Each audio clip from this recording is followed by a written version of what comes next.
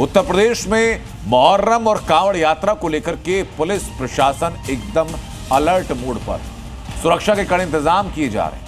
इसी दौरान लखनऊ के पास मलिहाबाद में एक हथियारों की मानो फैक्ट्री मिली। पुलिस ने वहां पर रेड की। पुलिस ने वहां पहुंची तो पुलिस के होश उड़ गए। किसी को समझ नहीं आया कि मुहर्रम से ठीक पहले इतने हथियार एक ही घर के अंदर कैसे हो सकते हैं। रिपोर्ट करा देखिए। इस घर में अवैध असलहे और कारतूस हैं। सी न्यूज के कैमरे पर मलिहाबाद का टेरर हाउस। मुहर्रम से पहले मिला जखीरा आपके होश उड़ा देगा। तमंचे, सैकड़ों कारतूस, बारूदी खेती के सबूत। कारतूस भी बरामद हुए जो कि 20 बोरों में भर के यहां से लेकर जाए गए हैं।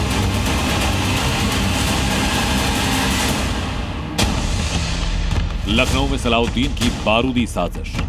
यूपी की राजधानी लखनऊ, जहां से उत्तर प्रदेश की सरकार चलती है, वहीं पर बारूद का गोदाम है। बिल्कुल सही सुना है आप, यहां बारूद का गोदाम लगा। लखनऊ से सटा मलिहाबाद, जहां असंख्य गोलियां मिली, टनों बारूद मिले, असंख्य बंदूकें मिली, तमंचे मिले, कारतूस मिले और बांका। इन सब के पीछे एक नाम, सलाउद्दीन। मुहर्रम से ठीक पहले इतनी मात्रा में हथियार मिलना क्या सिर्फ इत्तेफाक है? यह तबाही की कोई स्क्रिप्ट यहां लिखी जा रही थी। पुलिस की जब्ती के बाद ये वीडियो सामने आया तो सबके होश उड़ गए।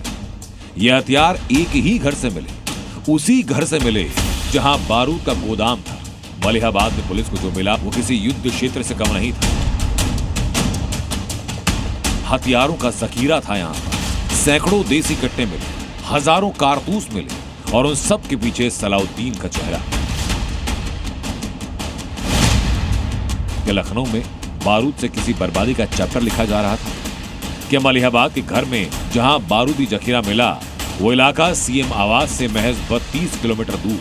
इतनी बड़ी मात्रा में देसी कट्टे, कारतूस और बारूद की बोरियां मिली। राजधानी के इतने करीब बारूद का मिलना सुरक्षा एजेंसी की सतर्कता पर सवाल खड़े करता है। लखनऊ पुलिस को सूत्रों के हवाले से ये पता चलता है कि इस घर में अवैध असलहे और कारतूस हैं, यानी यहाँ पर असलहों को बनाने का काम किया जा रहा था। जिसके बाद रहीमाबाद, मलिहाबाद और माल की पुलिस यहाँ पर एक साथ पहुँचती है।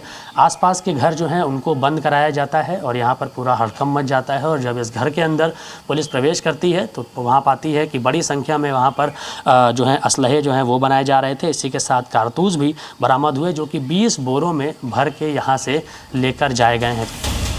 सलाउद्दीन, ये नाम अब लखनऊ के हर पुलिस अफसर की फाइल पर चिपका है। सवाल रिहायशी इलाके में इतना बारूद का जखीरा किसके कहने पर पहुंचा था? फौजी भी हैरान, पुलिस भी हैरान। पूछा जा रहा है क्या लखनऊ को दहलाने की साजिश थी? घर में ये जो सारी चीज़ें मिली हैं, कुछ आपको पहले से शंका थी क्या कि ऐसा असलहे और कारतूस इनके घर में होंगे? नहीं, ऐसा तो कोई बात नहीं थी, क्योंकि ऐसा कभी हुआ भी नहीं।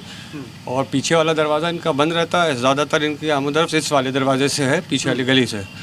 तो कभी शक तो ऐसा नहीं हुआ कुछ। अच्छा, ये हकीम चूँकि बताए जा रहे हैं कि दवा वगैरह देते थे, हाथ वगैरह बिठाने का काम करते थे, ऐसे कोई, तो आप लोग कभी गए इनके पास दवा वगैरह लेने? नहीं, दवा के लिए तो नहीं गए। हाँ, एक दो बार जैसे इनके पास बाकी कई चीज़ों की दवा देते थे, ऐसी एक आध बार गए होंगे लेने। बाकी ऐसा कोई राब्ता नहीं पड़ा हम लोग।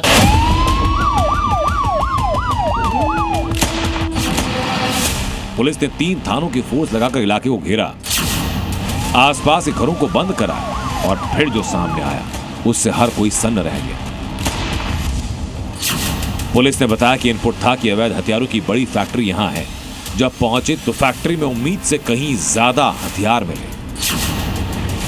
थाना मलिहाबाद, उसके साथ साथ रहीमाबाद थाना क्षेत्र की टीम का गठन करते हुए इस पर जो ऑपरेशन किया गया, इस ऑपरेशन के दौरान कुछ अवैध असलहे बनाने के कुछ उपकरण एवं कुछ कारतूस बरामद हुए हैं।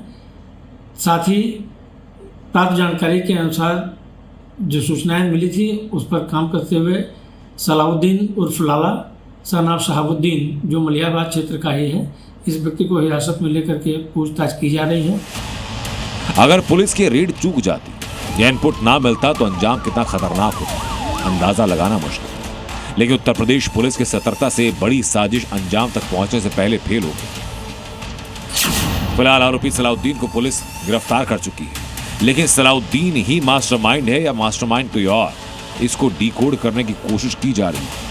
ये पता लगाने की कोशिश की जा रही कि हथियार किसके लिए जमा हो रहे थे, लखनऊ में ऐसे और कितने ठिकाने छिपे हुए हैं। कई सवाल, जवाब सबके अधूरे हैं। मयूर शुक्ला, लखनऊ, जी मीडिया। उत्तर प्रदेश के इटावा में एक कथावाचक के अपमान से शुरू हुई बात अब जातीय युद्ध की शक्ल ले चुकी। दादरपुर गांव में कल जो हुआ वो बहुत चौंकाने वाला था। यादव समुदाय की भीड़ अचानक गांव पर टूट पड़ी, पथराव शुरू किया, हंगामा हुआ और जो प्रदर्शनकारी आए थे उनके हाथों में तख्तियां थी जिस पर अहीर रेजिमेंट लिखा था। इस मामले में किसी गगन यादव का नाम सामने। कैसे इस जातीय जंग पर सियासी कलेश भी शुरू हो चुका है, दिखाते हैं। इटावा में जाति युद्ध, ब्राह्मणों के विरुद्ध अहीर रेजिमेंट उतर आई, पथराव, बवाल, छिड़ी लड़ाई।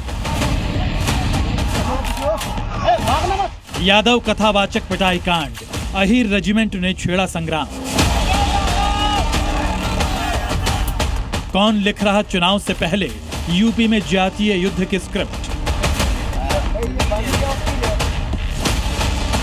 गुरुवार की शाम इटावा में माहौल बिगड़ गया। दादरपुर गांव के बाहर तकरीबन 2000 लोग जुट गए। यादव रेजिमेंट नाम की तख्तियां हाथों में थीं।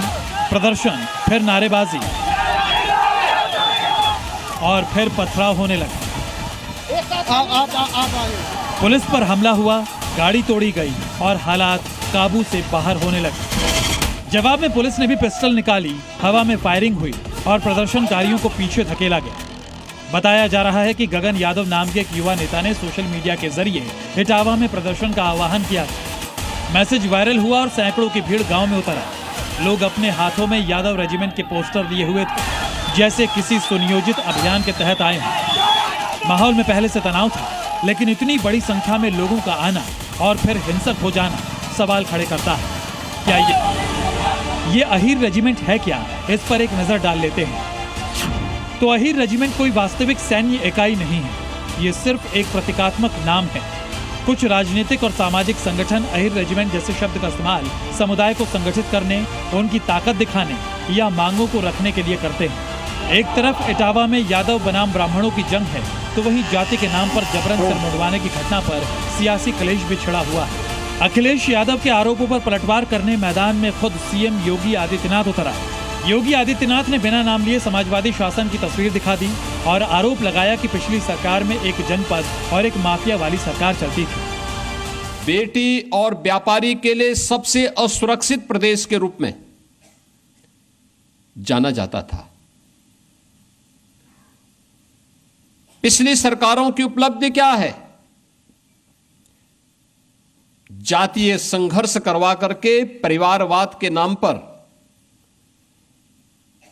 एक जनपद, एक माफिया देने, यही उनकी पिछली सरकारों की उपलब्धि रही है। दरअसल योगी आदित्यनाथ का यह पलटवार अखिलेश यादव के वार पर आया है। अखिलेश यादव ने कहा, अघोषित इमरजेंसी का दावा किया था।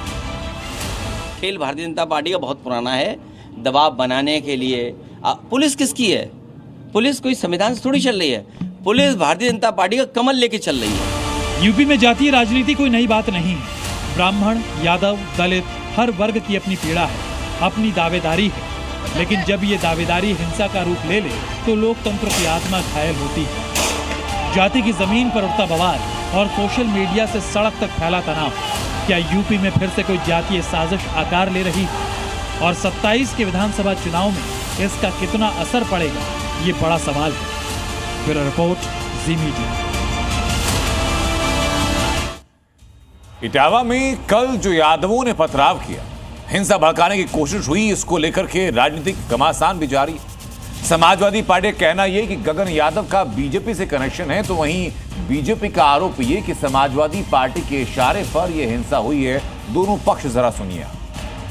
उसमें किस संगठन के लोग थे मुझे ये पता चला, अभी मैंने वीडियो देखा था। कोई गगन यादव नाम के व्यक्ति हैं जो वो बीजेपी से ताल्लुक रखते हैं और यहाँ पे भड़काने का काम किया। यहाँ तो नहीं आए वो, लेकिन उन्होंने कुछ लोगों को भड़काया तो कुछ लोग गए। अब वो हमारी पार्टी के तो नहीं थे, जो भी कार्यकर्ता गए ना हमारी पार्टी के कोई पदाधिकारी था, ना कोई विधायक, हम लोग कोई भी नहीं थे। और ना गए ना किसी को भड़काया। अब उसमें पुलिस ने कार्रवाई की है, पुलिस देखते हैं क्या करते हैं। हम लोग मिलेंगे और लोगों को छुड़वाने का काम करेंगे। प्रदेश में अराजकता उत्पन्न करके आप सत्ता हासिल करना चाहते हैं। अरे उत्तर प्रदेश की जनता ने इसीलिए आपको हटाया कि आप सरकार और सत्ता में रहते भी गरीबों के ऊपर अन्याय किए और अत्याचार किए, और आज वही कार्य पुनः उत्तर प्रदेश में समाजवादी पार्टी के कार्यकर्ता कर रहे हैं। लेकिन उत्तर प्रदेश में एक ऐसी सरकार है कि इन्हें ध्यान देना होगा कि जब कार्रवाई उत्तर प्रदेश की सरकार करती है तो अखिलेश यादव जी कहते हैं तो जाति देखकर कार्रवाई हो रही है। अखिलेश यादव जी, जाति देखकर कार्रवाई नहीं होती, अपराधी देखकर कार्रवाई होती है। वहीं रतलाम से एक ऐसा वाकया सामने आया कि सुनेंगे तो हैरान रह जाएंगे, क्योंकि मामला जुड़ा है मुख्यमंत्री से और मुख्यमंत्री के काफिले से। मुख्यमंत्री के काफिले में शामिल गाड़ियों में मिलावटी डीजल भर दिया गया। मोहन यादव काफिले में शामिल गाड़ियों का जो जत्था था वो पहुंचता है पेट्रोल पंप पर डीजल भरवाने के बाद एक एक करके गाड़ियां बंद होती हैं और सामने आता है कि डीजल में पानी मिला हुआ है। सोचिए जरा, क्या मिलावटखोर को जरा डर नहीं लगा कि सीएम के काफिले की गाड़ियों में पानी मिला हुआ डाल दी? अब सोचिए जरा कि जब सीएम के काफिले की गाड़ियों के साथ ये हो सकता है तो आम आदमी की वहां क्या बिसात हो। अजब एमपी में गजब कारनामा, टीम सीएम के साथ डीजल घोटाला। मध्य प्रदेश में सीएम के काफिले का चक्का जाम।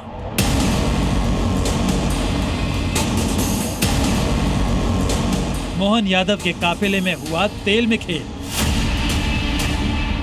मध्य प्रदेश को यूं ही नहीं अजब है गजब है कहा जाता है। यहाँ ऐसे ऐसे कारनामे होते हैं जिसका शिकार कभी कभी सरकार भी बन जाती है।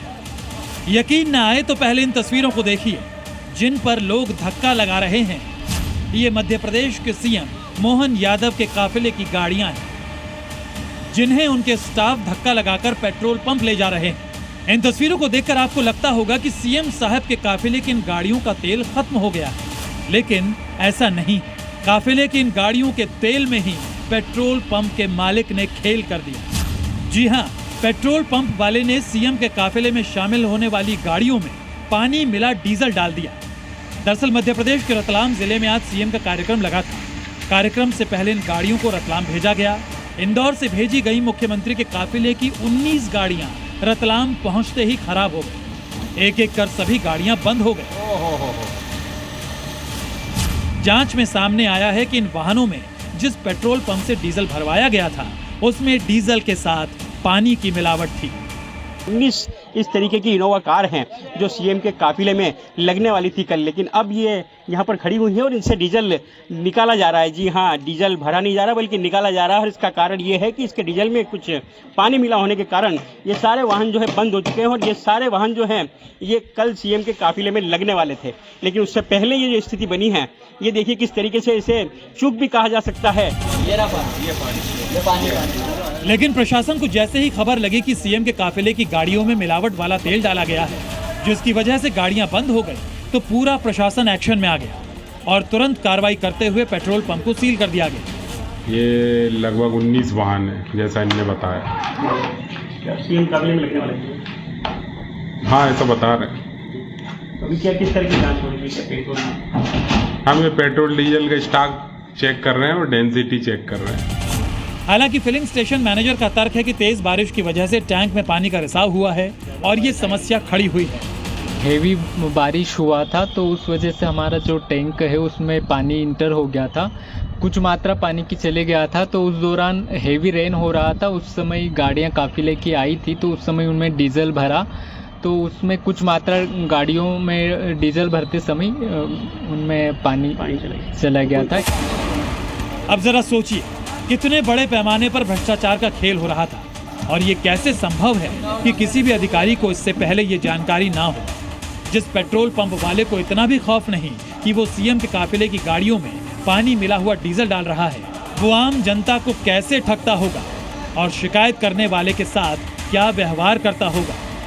जब गाड़ियां यहाँ पे आ चुकी थी, डीजल गाड़ियों में डल चुका था, पंप वाले को इतनी तो जानकारी होती है कि मेरे डीजल में फ्यूल में जो भी समस्या आ रही है, पानी मिस्टेक हो रहा है, लेकिन अगर उन्होंने नहीं बताया तो ये गलती सरासर इनकी है, क्योंकि उन्हें मालूम है अच्छे से, क्योंकि ये प्रदेश की सुरक्षा और सीएम साहब की कारकेट का जिम्मा है, ठीक है, ये सारी चीज़ हमारे कंधे पे आती है। हमने डीजल डलवाने के बाद में हमारी एक एक करके गाड़ी हमने साइड में खड़ी करी, भरने के बाद हमारी एक गाड़ी बंद हुई, 2 गाड़ी बंद हुई, धीरे धीरे करके हमारी सारी गाड़ियाँ बंद हो गई है। उसे चेक करवाया तो चेक करा तो उसमें आधा डीजल आधा पानी निकला।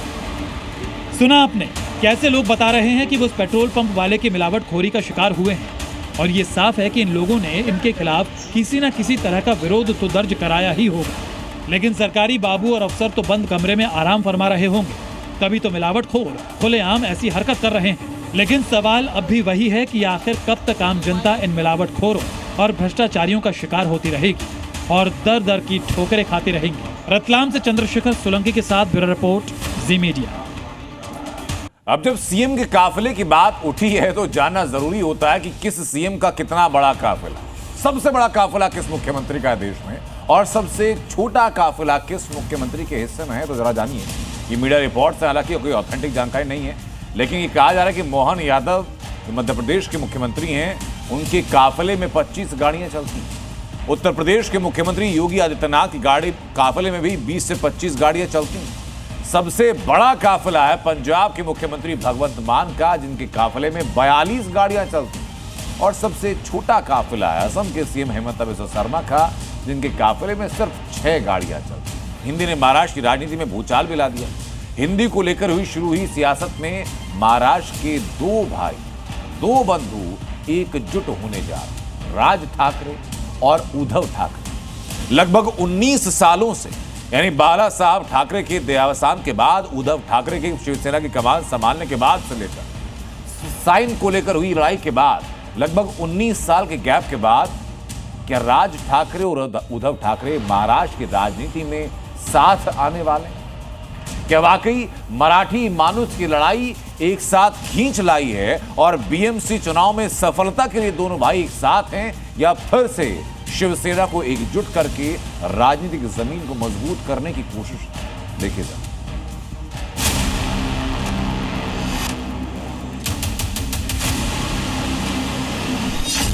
19 सालों के बाद ठाकरे बंधु एक साथ। महाराष्ट्र में बनेगा ठाकरे बंधुओं का थर्ड फ्रंट। बीजेपी को घेरने का प्लान, साथ आए उद्धव और राज। क्या एक बार फिर महाराष्ट्र की राजनीति में कुछ बड़ा होने वाला है?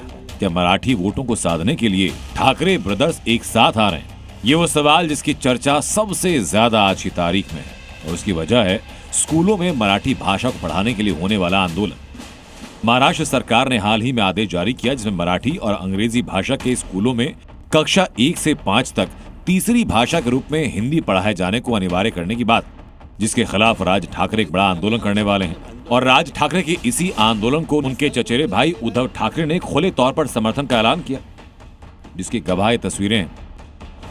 उद्धव गुट के नेता संजय राउत ने सोशल मीडिया पर राज ठाकरे और उद्धव ठाकरे की तस्वीर पोस्ट की और लिखा कि महाराष्ट्र के स्कूलों में अनिवार्य हिंदी के खिलाफ एकजुट प्रदर्शन होगा, ठाकरे ही ब्रांड है। इसके साथ ही संजय राउत ने इस मुद्दे पर कहा कि कल राज ठाकरे के पास सरकार की तरफ से कुछ लोग गए, उन्होंने अपना मत रखा जो राज ठाकरे को पसंद नहीं आया। ठीक उसी समय उन्होंने एक मोर्चा निकालने की घोषणा की। भाषा विवाद के बाद अब दोनों भाई 5 जुलाई को गिरगांव चौपाटी से आजाद मैदान तक प्रदर्शन करेंगे। करीब 20 साल बाद ऐसा पहली बार होगा जब दोनों ठाकरे एक साथ होंगे। आज एमएनएस नेता संदीप देशपांडे और उद्धव गुट के विधायक वरुण सरदेसाई आपस में मिल चुके हैं। ये माना जा रहा है कि महाराष्ट्र में होने वाले निकाय चुनाव में मराठी वोटों को एकजुट करने के लिए ठाकरे ब्रदर्स ने हाथ मिलाया। इसके साथ ही दोनों भाई एक बार फिर अपनी खोई हुई जमीन तलाशने के लिए मराठी मानुष और मराठी भाषा को मुद्दा बनाकर बीजेपी को घेरने की कोशिश में हैं। मराठा आरक्षण आंदोलन के साए में हुए लोकसभा चुनाव में मराठा मतदाताओं ने महाविकास आघाड़ी के पक्ष में एक तरफा मतदान किया, लेकिन विधानसभा चुनाव में उद्धव ठाकरे और शरद पवार की जोड़ी पर एकनाथ शिंदे, देवेंद्र फडणवीस और अजित पवार की तीखड़ी भारी पड़ी। अब उद्धव को भी शायद यही है कि यही मराठी भाषा उनकी राजनीति के लिए संजीवनी साबित होगी। इसके साथ ही माना जा रहा है कि दोनों भाई साथ आकर महाराष्ट्र विधानसभा में बीजेपी को मिले मराठा वोट काटेंगे। मराठी गैर मराठी के मुद्दे की बुनियाद पर एमएनएस की सियासी नींव मजबूत करने वाले राज ठाकरे की पार्टी हालिया महाराष्ट्र चुनाव में 0 पर सिमटी थी। इसके पीछे मराठी गैर मराठी के मुद्दे का कमजोर पड़ना प्रमुख वजह बताई गई। भाषा के नाम पर होने वाले आंदोलन को लेकर राजनीति शुरू हुई। बीजेपी और शिंदे गुट का दावा ये कि सरकार मराठी लोगों के हित में काम कर रही है। जब उद्धव ठाकरे स्वयं मुख्यमंत्री थे, उन्होंने इस हिंदी भाषा को स्वीकार किया है। अब उसी के विरोध में ये सड़कों पर उतरेंगे। कितना लोगों को गुमराह करोगे, कितनी झूठ की दुकान है तुम्हारी। रहा सवाल, महाराष्ट्र सरकार की भूमिका बड़ी स्पष्ट है। मुंबई और महाराष्ट्र की भाषा, पहली भाषा मराठी है। उद्धव ठाकरे जी आज मराठी भाषा के बारे में बोल रहे हैं, लेकिन 40 सालों में उन्होंने मराठी मानुस के लिए कुछ नहीं किया। और इसके लिए मुझे लगता है कि ये जो साथ में आने की बात उन्होंने कही है वो ज्यादा दिन तक नहीं चलेगा। जाहिर है महाराष्ट्र में मराठी भाषा को लेकर राजनीति फिर शुरू होने वाली है और इसका महाराष्ट्र की सियासत पर फर्क क्या पड़ेगा ये वक्त तय करेगा। लेकिन फिलहाल साफ है कि दोनों ठाकरे भाइयों का साथ में आना कुछ बड़ा इशारा है। आज देश के कई हिस्सों में भगवान जगन्नाथ की रथ यात्रा निकाली। ओडिशा से बंगाल और गुजरात तक माहौल एकदम भक्तिमय। लेकिन अहमदाबाद में उस वक्त अचानक अफरा तफरी मची। रथ यात्रा के बीच हाथी बेकाबू। एक हाथी सैकड़ों की भीड़ से भरी सड़क पर दौड़ गया। फिर क्या हुआ दिखाते हैं आपको। भगवान जगन्नाथ की रथ यात्रा में भड़के गजराज। उत्सव के माहौल में अफरा तफरी और दहशत।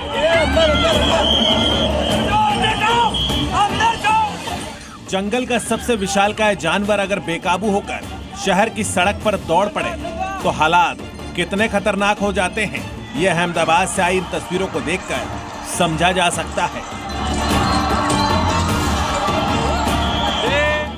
सैकड़ों की भीड़ के बीच सैकड़ों किलो वजनी हाथी बेकाबू होकर दौड़ रहा था और उसे देखकर इंसानों के बीच दहशत का माहौल था। उत्सव के माहौल में चीख पुकार मची थी।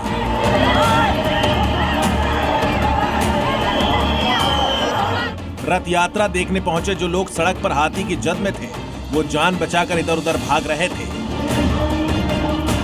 जबकि इस डरावने दृश्य को देखकर सड़क किनारे बने घरों की छत पर मौजूद लोगों के हलक सूखे जा रहे थे। अब समझिए कि रथ यात्रा के दौरान हाथी क्यों बेकाबू हुआ। दरअसल अहमदाबाद के खाड़िया गेट पर रथ यात्रा में शामिल हाथियों में इस हाथी का नंबर सबसे पहले था। ये रथ से बिल्कुल करीब था, जहां तेज आवाज में डीजे बज रहा था। डीजे के शोर से हाथी घबरा गया और अपने महावत को गिराकर सड़क पर दौड़ने लगा।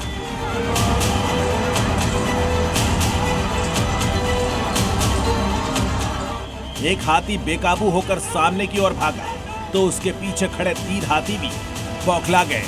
इन्हें बौखलाता देख वहां सुरक्षा में मौजूद स्टाफ भीड़ को हटाने लगा, मगर जब तक कोई कुछ समझ पाता तब तक एक हाथी भीड़ में घुस गया और बैरिकेडिंग को गिराकर गली की ओर दौड़ पड़ा। इस दौरान बेकाबू हाथी की चपेट में कुछ लोग भी आ गए। हालांकि किसी को ज्यादा चोट नहीं आई, वरना 3 हाथियों से टकराकर इनका क्या अंजाम होता, ये सोचने वाली बात है।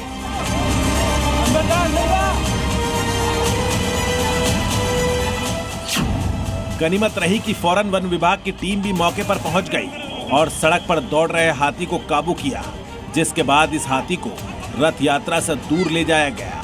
तब जाकर लोगों की सांस में सांस आई, मगर जब तक हाथी बेकाबू था पूरे इलाके में अफरा तफरी मची रही।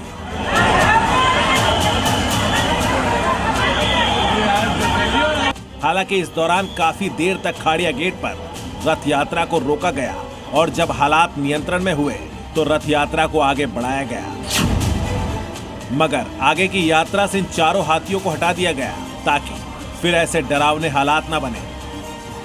ब्यूरो रिपोर्ट, ज़ी मीडिया। देश के 2 बड़े राज्यों पिछले 12 घंटों के अंदर 2 बड़ी वारदातें। पहली वारदात पंजाब में बटाला में, दूसरी वारदात आज सुबह दिल्ली की बवाना।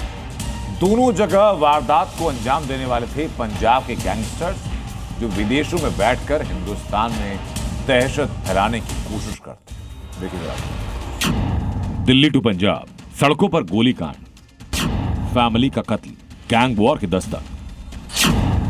दिल्ली से पंजाब तक 12 घंटों के भीतर ताबड़तोड़ फायरिंग हुई। जब गोलियों की गूंज शांत हुई तो 3 लाशें बिछ चुकी थीं, जिनमें एक महिला शामिल है। इन तीनों का किसी गैंग से ताल्लुक नहीं। गलती बस इतनी कि गैंगस्टर के रिश्तेदार थे। सबसे पहले पंजाब के बटाला की तस्वीर देखिए, जहां सफेद गाड़ी पर ताबड़तोड़ गोलियों की बौछार की। बाइक सवार हमलावर ने गाड़ी को निशाना बनाकर पहले 3 गोलियां फायर की, फिर बाइक को आगे बढ़ाते हुए चौथी गोली फायर की। यानी किसी का डर अपराधियों को नहीं था। इस गोलीकांड के ठीक बाद की तस्वीर भी सामने आई, जिसमें गाड़ी की अगली सीट पर बैठी महिला लहूलुहान है और उसकी थोड़ी देर बाद उसकी मौत हो गई। जिस महिला की हत्या की गई वो गैंगस्टर जग्गू भगवानपुरिया की मां है। देर रात बटाला के टोल बैरियर के पास फायरिंग में उनकी मौत हुई। गैंगस्टर की मां इस कार में बॉडीगार्ड के साथ थी, तभी बाइक सवार बदमाशों ने फायरिंग की और गोलीबारी के बाद बदमाश फरार हुए। हत्या की जिम्मेदारी दविंदर बंबिया गैंग ने ली। ये पूरी घटना पास ही लगे सीसीटीवी कैमरे में कैद हुई। हालांकि कैमरा काफी दूर होने के चलते गाड़ी का नंबर प्लेट साफ नहीं दिखाई पड़ी, लेकिन सीसीटीवी फुटेज में वारदात की टाइमिंग साफ नजर आ रही है, जिसके मुताबिक अपराधियों ने रात 9:07 पर फायरिंग की और वारदात को अंजाम देने के बाद बड़ी आसानी से वहां से भाग निकले। इसी जगह पर बटाला के उजागर नगर के सामने जो बटाला की पौष इलाका है अर्बन स्टेट, उसके सामने इसी जगह पर जग्गू भगवानपुरिया गैंगस्टर की मां और उसका एक जो रिश्तेदारी में भाई लगता था, उसका गोली मारकर कत्ल कर दिया गया है। पुलिस द्वारा ये मार्क बनाए गए हैं, ये उसी गाड़ी के शीशे हैं। पुलिस अलग अलग टीमें बनाकर जांच कर रही है। इसमें सीसीटीवी भी सामने आई है। इस वारदात के फौरन बाद गाड़ी में मौजूद एक और शख्स की भी मौत हो गई, जो पंजाब पुलिस के एएसआई का बेटा और गैंगस्टर जग्गू भगवानपुरिया का रिश्तेदार बताया जा रहा है। पंजाब में बीती रात को अपराधियों ने दहशत मचाई तो सुबह सुबह दिल्ली में भी सरेआम मर्डर हुआ। दिल्ली के बवाना में मॉर्निंग वॉक पर गए शख्स की गोली मारकर हत्या की गई। 2 आरोपी बाइक पर आए, 6 राउंड फायरिंग की और बड़े आराम से फरार हो गए। युवक का नाम दीपक था, जो 43 साल की उम्र थी उसकी, और वो अपनी बेटी के साथ सुबह मॉर्निंग वॉक पर निकला था, जहां अज्ञात हमलावरों ने गोली मारकर उसकी हत्या कर दी। फिलहाल पुलिस की अगर बात करते हैं तो पुलिस आसपास के एरिया को खंगाल रही है और जानने की कोशिश कर रही है कि कौन लोग थे और किस लिए आए थे। वारदात में मारे गए शख्स का नाम दीपक है, जो माता पिता और 10 साल की बेटी के साथ मॉर्निंग वॉक कर रहा था। फायरिंग में दीपक की बेटी भी घायल हुई, उसके हाथ में गोली लगी मगर वो खतरे से बाहर है। इस गोलीकांड में भी गैंगस्टर का एंगल सामने आया। दीपक मर्डर केस में दिल्ली पुलिस ने खुलासा किया कि मृतक दीपक कुख्यात गैंगस्टर मंजीत का भांजा था। हालांकि मरने वाले दीपक का कोई क्रिमिनल बैकग्राउंड नहीं था, मगर दिल्ली पुलिस गैंग वॉर की आशंका जता रही है। इस वारदात की एक सीसीटीवी फुटेज भी सामने आई, जिसकी जांच में पुलिस को पता चला कि हमलावर 4 दिनों से दीपक और उसके घर की रेकी कर रहे थे। दीपक रोज अपने परिवार के साथ मॉर्निंग वॉक पर जाता था। ये बात बदमाशों को रेकी के दौरान पता चल चुकी थी। आज मौका देखकर दीपक का कत्ल कर दिया गया। वारदात के वक्त दीपक के माता पिता करीब 300 मीटर दूर थे। ये दोनों हत्याएं भले ही अलग अलग राज्यों में हुई, दोनों मौकाए वारदात दूरी भले ही लगभग 500 किलोमीटर हो, लेकिन एक बात कॉमन है, बात है गैंगस्टर कनेक्शन। ये साफ है कि विदेशों में बैठे गैंगस्टर भारत के शहरों में दहशत फैला रहे हैं और अपना दबदबा बढ़ाने की कोशिश कर रहे हैं। पंजाब के बटाले से नितिन लूथरा और दिल्ली से नीरज शर्मा के साथ ब्यूरो रिपोर्ट, जी मीडिया। देश के पहाड़ी राज्यों में उनका असर दिखाई पड़ रहा है और सबसे ज्यादा असर है हिमाचल प्रदेश में और उत्तराखंड। हालात बहुत खराब होते जा रहे हैं। कुल्लू में बादल फटने के बाद 5 लोग सैलाब में बह गए। मनाली में ब्यास नदी उफान पर। धर्मशाला में बादल फटने से तबाही। उत्तराखंड के भी कई हिस्सों में बारिश से हाहाकार है। कहीं बादल फटने से तबाही आई, कहीं सैलाब सब कुछ बहा ले गया, कहीं लैंडस्लाइड से मुश्किल बढ़ी।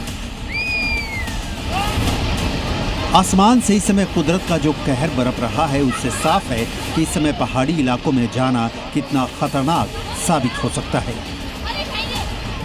भारी बारिश की वजह से इस समय हिमाचल प्रदेश और उत्तराखंड में हालात बेकाबू हो चुके हैं। सबसे पहले आप हिमाचल प्रदेश के कुल्लू की तस्वीरें देखिए, जहां बादल फटने से 5 लोगों की मौत हो गई, जबकि 5 लापता हैं। कुल्लू जिले के सेंज घाटी में बादल फटने से ये तबाही हुई, जहां जीवा नाला के पास बने पार्वती 2 पावर हाउस को भी भारी नुकसान पहुंचा। यहाँ पर ठीक सामने से जो मेरे कैमरा पर्सन अगर आपको दिखा रहे हैं कि आखिरकार किस तरीके से पूरा जो पानी का बहाव अपने साथ बड़े बड़े पहाड़ के जो पत्थर हैं उनको लेकर के यहाँ पर आया और फिर एक बड़ी तबाही इस हिमाचल प्रदेश का जो एरिया है, सेंध घाटी का एरिया है, यहाँ पर हुआ। तो इसी वजह से यहाँ पर लोगों का जो रोड है वो भी पूरी तरीके से बंद है। कुल्लू से सटे मनाली में ब्यास नदी का जलस्तर बढ़ने से रौद्र रूप देखने को मिला। नदी के किनारे पर बनी दुकानों को सैलाब बहा ले गया। इस दौरान वहां एक मकान में बनी 4 दुकानें बह गई। वहीं चंडीगढ़ मनाली नेशनल हाईवे की एक लेन भी टूट गई।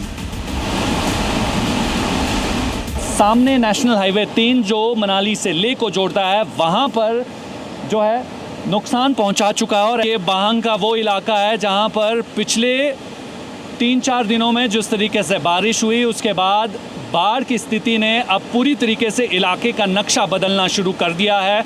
ये सबसे भीड़ भाड़ वाला इलाका है और ऐसे में व्यास नदी पहले लेफ्ट साइड में बहती थी, लेकिन अब पूरा पानी का जो वेग है वो अब यहाँ से बहना शुरू हो चुका है।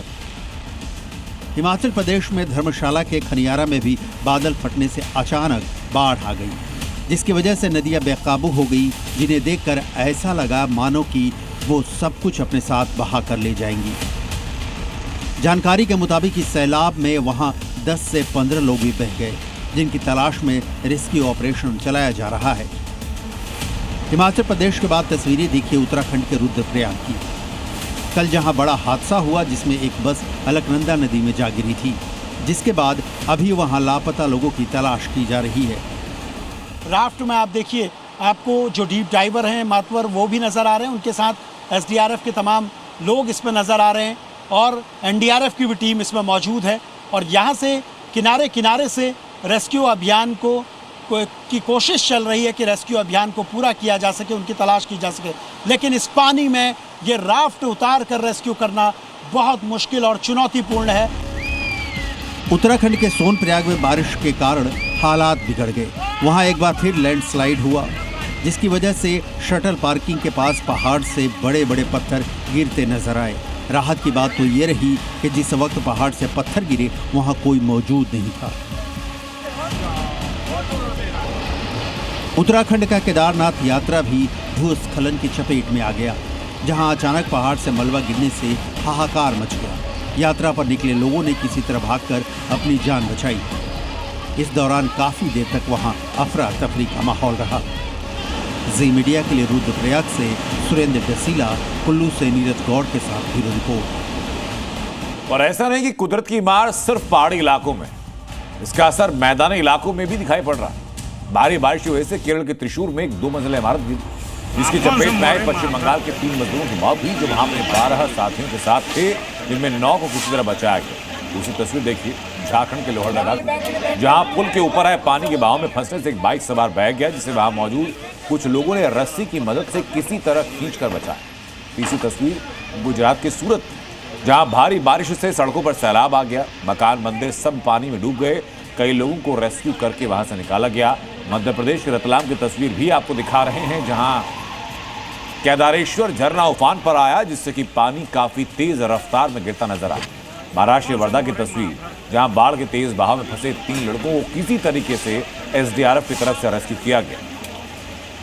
और छठी तस्वीर हरियाणा के करनाल की, बारिश से सड़क बह गई, जिसकी वजह से कई इलाकों का आपस में संपर्क टूट गया। ये तो देखिए आपने कि कुदरत की वाटर स्ट्राइक से क्या हाल हो रहा है। अब बताता हूं मैं आपको कि जब भारत ने पाकिस्तान पर वाटर स्ट्राइक की, उसका क्या हाल। लगातार हो रही भारी बारिश की वजह से चिनाब नदी का जलस्तर इतना बढ़ गया कि रामबन में, बगलिहार और रियासी में सलाल डैम के कई गेट्स को खोल दिया गया, जिससे पाकिस्तान के कई इलाकों में बाढ़ का खतरा है। अंदेशा यह भी कि भारत के इस वाटर बॉम्ब का असर पाकिस्तान की नदी से सटे 21% हिस्से पर होगा। चिनाब के पानी में डूबेगा पाकिस्तान, खोले गए बांध के गेट, पाकिस्तान में आपदा के संकेत। पहलगाम हमले के बाद भारत ने 22 अप्रैल को पाकिस्तान के साथ सिंधु जल समझौते को रद्द करते हुए ऐसी वाटर स्ट्राइक की है कि वहां हाहाकार मच गया। भारत ने चिनाब नदी पर बने डैम के गेट बंद कर दिए, जिससे वहां सूखे के हालात बन गए। लेकिन अब लगातार हो रही बारिश की वजह से नदी का जलस्तर इतना बढ़ गया कि बगलिहार और सलाल बांध के गेट खोल दिए गए हैं। जिससे एक बार फिर पाकिस्तान के कुछ हिस्सों में वाटर बम गिरने वाला है, जिससे वहां बाढ़ का खतरा पैदा हो गया है। भारत की इस वाटर स्ट्राइक से पाकिस्तान में नदी के किनारे बसे इलाकों में दहशत फैल गई है। जहां कल तक सूखे के मार को लेकर भारत के खिलाफ जहर उगला जा रहा था, वहां मॉनसून का अटैक पाकिस्तान के कुछ हिस्सों के लिए काल साबित हो रहा है। जलस्तर बढ़ने की वजह से चिनाब नदी पर रामबन में बने बगलिहार बांध के 3 गेट खोले गए, जबकि रियासी इलाके में सलाल बांध के भी गेट खोल दिए गए। इससे पाकिस्तान के चिनाब नदी से सटे 21% हिस्से में बाढ़ का खतरा पैदा हो गया। पानी की मार से वहां खेती पर तो असर पड़ेगा ही, साथ ही लोगों को सुरक्षित जगहों पर पलायन भी करना पड़ेगा। ये फाटक जो खुले हैं, जो मेरे पीछे आप देख रहे हैं, ये कहीं ना कहीं पाकिस्तान के लिए डिज़ास्टर के फाटक जो है खुले हैं। तो अचानक से जब पानी यहाँ से निकलता है और वो पाकिस्तान पहुँचता है, तो जो पाकिस्तान में इस दरिया के किनारे करीबन 21% लैंड है, वो या तो बंद करने से सूखे में आ जाती है, या जैसे आज पानी खोला गया है, अचानक वहाँ फ्लड रिस्क जो है बढ़ गया और वहाँ पर बाढ़ आने की स्थिति हो गई है। भारत ने पाकिस्तान से वाटर ट्रीटी पहलगाम हमले के बाद रद्द की थी, जिससे चिनाब नदी का पानी रोक दिया गया। ऐसा भारत इसलिए भी कर पाया क्योंकि बगलिहार और सलाल बांध पर run of the river design आधुनिक तरीके की है। इससे बांध पर पानी लंबे समय तक नियंत्रित किया जा सकता है। इन बांधों का जलाशय 475 मिलियन क्यूबिक मीटर की क्षमता वाला है और जल प्रवाह के हिसाब से बांध के गेटों को कभी भी खोला या बंद किया जा सकता है। पिछले कुछ दिनों से जम्मू प्रांत, खासकर चिनाब घाटी में जो लगातार बारिशें हुई, उसके कारण जो चिनाब दरिया है उसने विकराल रूप धारण किया और इस पर जो 2 हाइड्रो इलेक्ट्रिक प्रोजेक्ट के डैम हैं, बगलियार डैम और सलाल डैम, वहाँ इतना पानी भर गया कि जो गेट इंडस वाटर ट्रीटी रद्द करने के बाद बंद कर दिए थे, उनको खोलना पड़ा और उसमें से 3 गेट हर जगह खोले गए और पानी का फ्लो जो है वो आगे की तरफ बहाया गया ताकि स्थिति सामान्य हो। चिनाब से निकला पानी पाकिस्तान के लिए अब तक किसी अमृत से कम नहीं था, लेकिन पाकिस्तान यह भूल गया कि ये नदी भारत से पाकिस्तान की तरफ जाती है, जिसे काबू करने की ताकत भी भारत रखता है। और अब जल स्तर बढ़ने के बाद बांध के गेट खोले जाने से वहां बाढ़ के खतरे से हाहाकार मच गया है। जम्मू कश्मीर के बगलिहार डैम से जी मीडिया के लिए खालिद हुसैन की रिपोर्ट।